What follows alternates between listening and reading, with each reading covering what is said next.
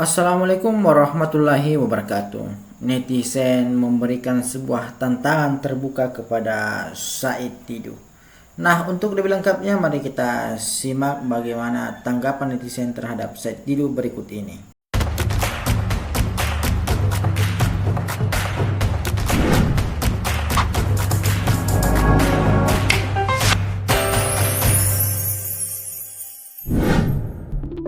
Assalamualaikum warahmatullahi wabarakatuh. Beredar videonya siapa itu Pak Batubara, sohibnya Said itu, yang mengatakan banyak warga masyarakat yang mati terlindas truk proyek, puluhan katanya. Coba Pak kirim datanya Pak, siapa yang mati dilindas truk sampai puluhan. Satu. Yang kedua, mengatakan rumah warga digusur paksa. Ayo, mari adu data, di mana alamatnya, di mana lokasinya, rumah warga yang mana yang dipaksa, diusir, diuruk, nggak dibayar. Ayo, mana? Adu data dengan kami. Sudahlah, kalian itu Ayo, sudah tua-tua, jangan nyebarkan hoak, jangan fitnah. Dolim maintain. Dolim banget. Ayo ketemu saya Pak Batubara, Pak Said Didu. Ayo ketemu saya untuk adu data. Di mana rumah warga, tanah warga yang diusir paksa, yang digusur, yang diancam. Silakan ketemu saya. Terima kasih. Saya Ketua Umum BKN.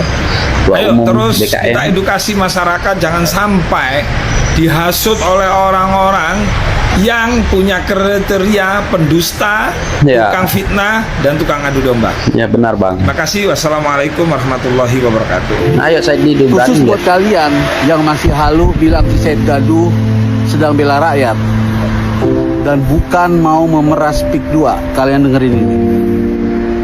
Kalau itu dilakukan 3 bulan lalu mungkin masih bisa, karena masih agenda Said Didu. Sekarang udah publik, nggak bisa lagi, saya nggak bisa nahan mereka. Jadi kalau PIK 2 mau beresin ini dari awal, bayar si Said Didu 150 miliar, padahal harga pasarnya cuma 5 miliar, ini udah beres. Gak akan ada tuh fitnah-fitnah, gencar fitnah ke PIK 2. Sekarang pertanyaannya adalah, lu mau bayar 150 M itu, padahal harga pasarnya cuma 5 miliar? Ya, dia tarik 1,5 juta per meter, padahal 50.000 per meter, 30 kali lipat. PIK disuruh bayar. Sekarang kalau gue punya motor harga 15 juta, lu bayar 2 kali lipat, kira-kira lu mau bayar gak? Biarkan rakyat menilai. Oh. Tapi fasilitas seperti yang ini kan ibu yang bikin kan? Ya. Ibu yang memprovok mereka untuk mengatakan. Saya tidak memprovok loh. Ini nyata-nyata. Oke, saya nggak apa-apa. Ibu bawa mereka ke kami dan saya siap fasilitas itu. Kalau bisa dibawa kapan saja atau enggak hari Sabtu ketemu kami. Kami akan advokasi turun hari Sabtu pagi jam 11. Kalau bicara tentang proyek PSN ini, secara jujur kesimpulan kami bahwa itu tidak ada urusan. Ya kan? Karena pertama, yang ribut di media ini bahwa ada masyarakat yang tersolimi, ya kan, terintimidasi dan lain sebagainya. Ternyata Anda bisa lihat sebentar, tidak ada masyarakat yang menghuni PSN ini. Tadi kalian dengar sendiri apa yang mereka katakan. Mereka terbantu begini, lapangan kerja. Terus ada perubahan yang paling mendasar di areal sini kan. Bahwa ada perubahan. Dulu ini tempat jin-buan anak kan. Sekarang dengan ada proyek pembangunan ini kan, banyak kan kita bisa lihat semua. Nah, saya kasih contoh kalian. Tadi kalau kita masuk dari proyek P kan kalian lihat kan. Begitu kita turun kemudian belok kanan, di sebelah kiri yang sungai ada rumah-rumah kumuh. Tadi kami tanya kan tadi Pak, apakah itu masuk dalam proyek? Itu bukan, itu di luar PIK, di luar PSN. Jadi itu memang pemukiman masyarakat, kondisinya seperti itu. Tapi setidaknya sejauh ini kalau dari proses advokasi yang ada sekarang, menurut teman-teman DPD ini masih bisa untuk dilanjutkan PSN di PIK 2? Bukan harus dilanjutkan, oh itu proyek strategi nasional kok. Kita wajib dukung, DPD itu harus dukung. Said Didu buat gaduh, tuduh pengembang PIK 2 beli tanah dengan harga murah. Namun, siapa sangka, jejak kelamnya sendiri dipenuhi dengan skandal tanah dan tudingan korupsi. Ia menuding proyek strategis nasional PIK 2 membeli tanah warga hanya Rp50.000 per meter. Tapi tunggu dulu, apa dia lupa kalau di tahun 90-an dia sendiri pernah beli tanah 10 hektar di Pegadangan Ilir Kronjo cuma Rp2.000 per meter untuk proyek pemerintah? Bukan cuma itu, Said Didu juga menuduh PIK 2 merampas tanah rakyat. Ironisnya, tahun 1995 dia terbukti terlibat kasus mafia tanah bareng Daeng Bado demi kantong pribadinya. Kok sekarang sok bela rakyat? Belum puas, dia melontarkan tuduhan korupsi di proyek ini. Padahal, rekam jejaknya sendiri gak bersih. Gus Dur aja pernah melaporkan dia ke KPK atas dugaan korupsi. Lebih lucu lagi, selama jadi pejabat, dia tidak pernah melaporkan harta kekayaan ke LHKPN. Jadi, siapa sebenarnya yang bermasalah di sini? Bukannya mendukung pembangunan dan kemajuan bangsa, ia justru menjadi penghambat dengan narasi negatif yang menyesatkan. Jadi di sini saya berbicara tentang PIK ini bukan karena kepentingan apapun. Saya hanya kepentingan NKRI ini semata itu, dan saya tidak kenal dengan siapa yang ada di PIK itu. Nah, melanjut yang tadi sampean tanyakan itu, apakah PIK itu merusak ya? Begini, kan saya sudah jelaskan di pertama itu, pembangunan itu sangat diperlukan. Kalau pembangunan itu merusak peradaban atau merusak bangsa, berarti seluruh provinsi yang ada di negeri ini juga salah. Mereka kan semua mengadakan perubahan kan pembangunan, terutama Jakarta lah. Katanya, lihat Jakarta dulu. Mungkin saya dulu lama di Jakarta, pernah lihat ada empang, ada ini. Sekarang nggak ada. Dan masyarakatnya, ya karena tuntutan pembangunan, ada sebagian dirugikan. Dulu nggak ada tuh Jalan Tamrin, Sudirman. Iya benar juga ya. Jadi jangan juga menganggap sesuatu pembangunan itu nanti dibuat dikotomi antara menggusur rakyat kecil atau antara kaya dan miskin. Itu tidak ada. Karena begini loh, setiap orang pembangunan dan orang punya kesuksesan, dia wajar punya hak-hak wilayah rumah yang tertentu bagus. Kita nggak perlu singit. Dan terkadang nih pengamat aja membuat besar kisruh kegaduhan ini. Mas, ada kata-kata tuh pengamat itu manusia tanpa tulang mengajarkan lari cepat. Itulah pengamat, cuma hanya kritik aja. Jadi tidak ada pembangunan itu merusak peradaban. Jakarta lah contohnya. Dulu condet, sekarang sudah penuh bangunan. Ya inilah kehidupan dunia. Jadi pembangunan di PIK ini ya sebagai kelanjutan pembangunan Jakarta. Gak perlu kita lihat sinis lah. Yang jelas di situ kalau nggak ada interaksi pembangunan ya berarti di situ kegagalan atau wilayah. Saya ini nggak kenal Pak Aguan, saya nggak kenal siapapun. Pak Aguan tuh menjadi saat ini, hari ini dia sebagai pengusaha yang sukses, dia juga boleh dari perjuangan, dia pernah hidup susah juga. Dulu waktu hidup susah orang nggak ada yang pernah meributkan. Ini negeri ini kadang lucu. Di saat kita punya ada kemampuan kesuksesan dalam bisnis, nanti dibuat sinis, dibilang ini hanya untuk kepentingan pribadi. Kan kalau begitu cuma ya begini aja lah, orang yang punya duit nggak usah buat usaha. Akhirnya apa? Orang-orang rakyat juga nggak kebagian rezekinya. Jadi yang punya kesuksesan usaha ya mau membangun. Sekarang gini loh, kenapa sih kok terus Pak Aguan yang didikotomi? Pembangunan PIK ini sejenis PIK-nya bukan hanya di Indonesia. Di Indonesia Pak PIK aja. Ada di Surabaya, ada di BSD, ada di mana-mana. Kok seperti saya lihat ada sentimen pribadi. Iya itu. Kalau kita mau menuntut Aguan yang mau dilarikan, maaf sakit ya, hatinya pribadinya si Said Gaduh. Saya mau tanya.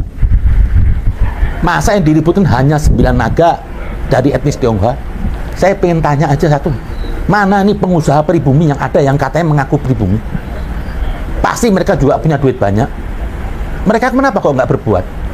Harusnya kita dukung lah seorang Aguan ini, dia masih mau untuk membangun negeri ini, memperdayakan. Dan nggak usah takut lah katanya PIK dibumbuin macem-macem, malah sampai saya ada isu negara dalam negara. Ini kan terlalu kerdil pemikiran ini. Itu PIK itu kalau di peta Indonesia tuh tidak ada satu titik. Jadi nggak usah digede-gedekan harus seperti besar ini, enggak lah. Dan satu juga di PIK itu saya lihat bukan eksklusif. Itu iklan dipasang semua, siapa mau beli silahkan, monggo. Murni Pak Aguan itu hanya bisnis nggak ada nilai orientasi untuk membawa kayak eksklusif atau terus membedakan kaya dan miskin. Kan enggak dong, wajar kan. Kalau saya tuh mau beli suatu perumahan yang mahal, apa yang saya tuntut? Keselamatan dan keamanan. Wajar dipagar. Orang sekarang aja punya rumah main pagar-pageran. Dan terkadang sekarang orang punya rumah sudah ada pagar, masih ada pengawalnya yang ngawasi. Hanya mau cari keselamatan, bukan tujuan membedakan kaya dan miskin. Itulah Aguan yang di sini saya yang tidak kenal, saya ingin bela aja. Kenapa? Kok dikriminalisasi terus nih Pak Aguan nih? Kita harus dukung dia, masih mau membangun di sini. Yang lain coba lah. yang suka ngamat-ngamatin jelek Tuhan, kenapa Anda nggak tuntut yang lain? Kemana mereka yang punya duit orang kaya itu? Mereka semua di luar ruangnya. Mereka cuma makan dari bunga. Itu pengkhianat harusnya. Kita dukung orang yang punya duit di Indonesia membangun. Ya. Tanpa Benar juga ya. Setidaknya ini semua warga negara Indonesia. Aku itu WNI, kita nggak perlu beda-beda kebangsaan semua. Kita ini harus nggak kok melihat kebangsaan, kembali kita runtut sejarahnya. Kita ini Indonesia bukan berdiri dari satu suku atau apapun. Namanya juga Indonesia. Jadi percampuran semua kebudayaan itu ada di sini. Jadi jangan suka melihat pembangunan itu seperti beda dengan bangsa Indonesia, beda dengan nilai leluhur Indonesia. Kan tidak. Dia juga, maaf loh, kebudayaan Tionghoa itu juga ada di kebudayaan di leluhur kita ini. Itu berasimilasi. Banyaklah. Nggak hanya Tionghoa, ada budaya Arab masuk sini, budaya Portugis, banyaklah. Jadi dia melihat di PIK itu suatu pembeda antara Indonesia dengan bukan. Ini tetap Indonesia. Jadi apapun mereka itu juga Indonesia lah. Nggak usah terlalu digesek-gesekan ini. Merusak apa? Merusak marwahnya apa? Membangun kok merusak. Kalau merusak marwah bangsa itu, di situ tempat maksiat, tidak ada yang benar semuanya, tidak ada sarana umum, tidak ada, pokoknya hasil tidak ada baiknya. Itu betul merusak marwah Indonesia. Di situ nggak ada apa-apa, semua baik-baik aja. Kita nggak boleh nolak pembangunan, karena semua negara berpacu dalam pembangunan. Kemajuan suatu negara itu dilihat dari pembangunannya. Sekarang PIK 2 kan membangun di daerah pesisir yang tadi tidak pernah disentuh orang. Ada seorang pengusaha yang masih mau menanamkan modalnya di Indonesia, sementara yang lain membuang dananya ke luar negeri. Harusnya kita dukung membangun, dan di situ banyak manfaat. Tanah yang nggak aktif dibuat aktif. Nah, itu berapa banyak padat karya sana bekerja. Saya sering masuk ke sana. Nah, itu saya pikir kalau orang yang menolak pembangunan PIK 2 itu manusia apa ya, kerdil lah, nah, tidak ingin negeri ini maju. Nah, mengenai PSN itu hanya pemerintah di saat kondisi saat ini nggak punya duit, nggak punya modal untuk membangun negeri ini. Dia menggunakan kerjasama dengan swasta, di mana di sini Pak Aguan yang membudidayakan tanah negara itu yang tadi keluar masuk sering tenggelam air laut pasang, dan tidak ada penduduknya. Itu ingin dibangun dengan dana 40 triliun. Itu bukan hal yang kecil. Jadi jangan dicampur aduk, dilarikan politik katanya game kaya dan miskin.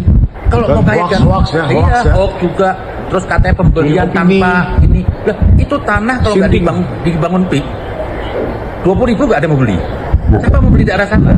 Jadi kita lihatlah, untuk kemajuan negeri ini ada seorang pengusaha ingin membangun negeri ini, sementara yang lain maaf, yang teriak-teriak kabur merasa pribumi ya, nggak ada satu membangun. Keluar semua duitnya keluar.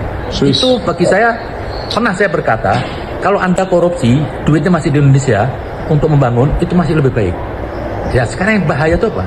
Orang mengambil duit dari negeri, cari duitnya di Indonesia, duitnya di luar. Ini pengkhianat ini. Nah, itulah jadi saya pikir seperti isu Said Didu itu, dia hanya cuma berpikir kepentingannya aja. Karena dia punya tanah di situ 10 hektar. PSN itu bukan hanya di PIK, ada 16, ada di Surabaya, ada di Balang. Kenapa dia nggak teriak di sana? Jadi ini semua kepentingan aja, sok membela rakyat, tujuannya apa? Mencari keuntungan dirinya. Iya. Cuma saya perlu aja ketegasan di pemerintahan Indonesia. Ada seorang Aguan ingin membangun negara, padat karya.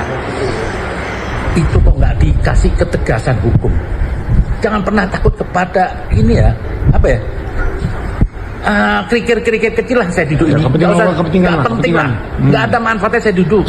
Pesanan aja, karena ini kelompok-kelompok sakit hati yang dulu pernah dapat jabatan, tidak pernah dapat jabatan, jadi marah. Nah, itu bagi saya, lanjutkan PIK 2, dorong bantu Aguan untuk memperdayakan PIK tanah PSN itu supaya lebih bagus. Karena apa? Mereka yang keluar tidak pernah memikirkan gimana orang dapat kerja. Berapa banyak di PIK 2 itu pegawai? Berapa banyak keluarganya gitu. Jadi jangan sok merasa malah yang saya muak ini hari apa? Yang saya malas menyebutnya, dilarikan isu-isu rasis. Ini kan kerdil. Negeri sudah 70 tahun merdeka, kok masih ada isu rasis? Ini semua WNI. Pagar laut yang kalian salahkan Pak Jokowi. Iya juga. Kekurangan di negeri ini yang kalian salahkan juga Pak Jokowi. Kalian lupa buta mata, buta hati, atau buta telinga juga, budek. Kalau selama ini di era kepemerintahannya Pak Jokowi sudah membawa negara kita Indonesia dikenal oleh dunia, membuat hilirisasi di mana-mana untuk kemajuan bangsa dan negara ke depannya, membawa timnas Indonesia melejit dikenal oleh dunia karena Pak Jokowi pasang badan di sana. Sedangkan saat ini kalian semua yang menyalahkan Pak Jokowi. Apa kalian lupa di era kepemerintahannya Pak Jokowi DPR-nya dipegang oleh siapa? Dan sampai saat ini RUU perampasan aset tindak pidana korupsi belum disahkan walaupun DPR-nya masih sama. Pagar laut. Apa kabar PDIP? Baik-baik aja kan juga para kader-kadernya? Usut tuntas dong siapa yang ngasih izin, gitu loh. Dan ingat, mau kalian jatuh-jatuhkan nama Bapak Joko Widodo, tidak bisa, karena nama Pak Jokowi sudah melekat di hati masyarakat. Paham Tuhan? Jadi cukup sekian untuk video kita kali ini. Semoga video ini bisa bermanfaat dan menambah wawasan kita. Assalamualaikum warahmatullahi wabarakatuh.